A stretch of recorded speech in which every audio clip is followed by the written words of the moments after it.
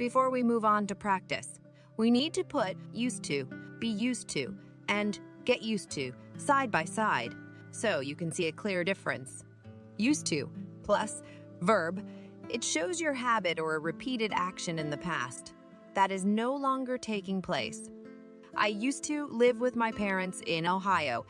It means that now I don't live with my parents in Ohio. It's a past repeated action. After be used to and get used to, we only use nouns, pronouns, or gerunds. No verbs. Be used to is a state of being accustomed.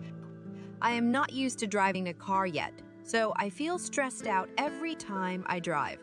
I'm not used to driving a car, which means now I am not accustomed to driving a car. It feels strange. Driving a car now feels strange because I am not used to driving it.